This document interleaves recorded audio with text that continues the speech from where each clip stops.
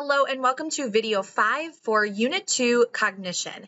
This video is going to focus on the storage of memories. By the end of this video, you should be able to answer the following question.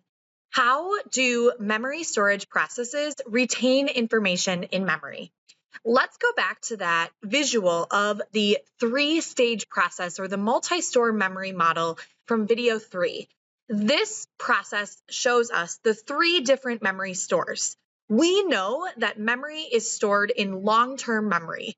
Psychologists have not been able to find any quantitative limit on how much we can store in our long-term memory. However, our other two memory stores, sensory and short-term memory, do have a specific limit of what we can store in those two memory stores. Sensory memory lasts about a half a second to maybe 2 seconds, depending on the information that's coming in. If we pay attention to that sensory information, it then goes to our short-term memory. Our short-term memory has a capacity of about 7 items, plus or minus 2. So about 5 to 9 items that we can hold in our short-term memory at once. We also know that our short-term memory has a capacity of about 30 seconds long. If we don't rehearse information or make an effort to retain the information in our short-term memory will decay or be forgotten after that 30 seconds.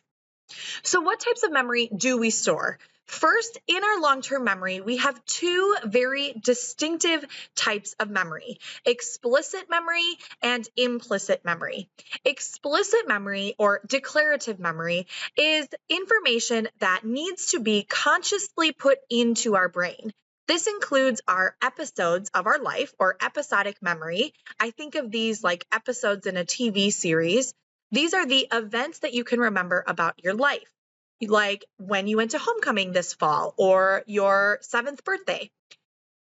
Explicit or declarative memory also includes our semantic knowledge. This includes the knowledge and concepts that you learn in school. So the date of the Declaration of Independence being signed, the date that 2 planes crashed into the World Trade Center, those are pieces of semantic knowledge. Again, our explicit knowledge needs to be effortfully retained in our long-term memory. We can also talk about explicit memory in terms of autobiographical memory. Autobiographical memory is a person's memory for episodes or experiences that occurred in their own life. Often the terms autobiographical memory and episodic memory are used interchangeably.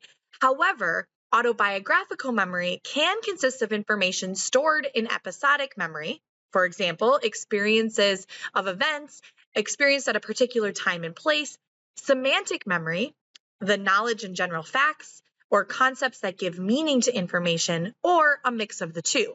For example, the autobiographical memory of one's first day at school might contain episodic information such as meeting the teacher, but it might also contain semantic knowledge such as knowledge of the teacher's name. In addition to explicit memory, we also have implicit or non-declarative memory.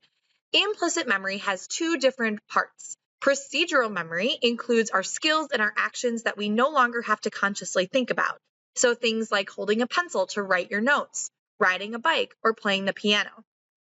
Implicit memory also includes our emotional conditioning. So this is our emotional responses to particular stimuli. This would be feeling sad every time you see a puppy dying, for example, because you know that that's a sad experience. So where is memory stored? It depends on the type of processing. Automatically processed memories are implicit memories, like those non-declarative procedural memories. These happen without conscious recall.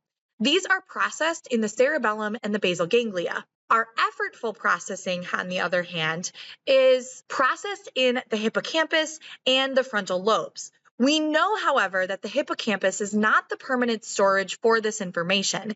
It's considered the loading dock, where the brain registers and temporarily holds elements of the to-be-remembered episode. Then those memories migrate to the cortex for storage. One thing that I want to spend a little bit more time on is our experience with stress and flashbulb memories.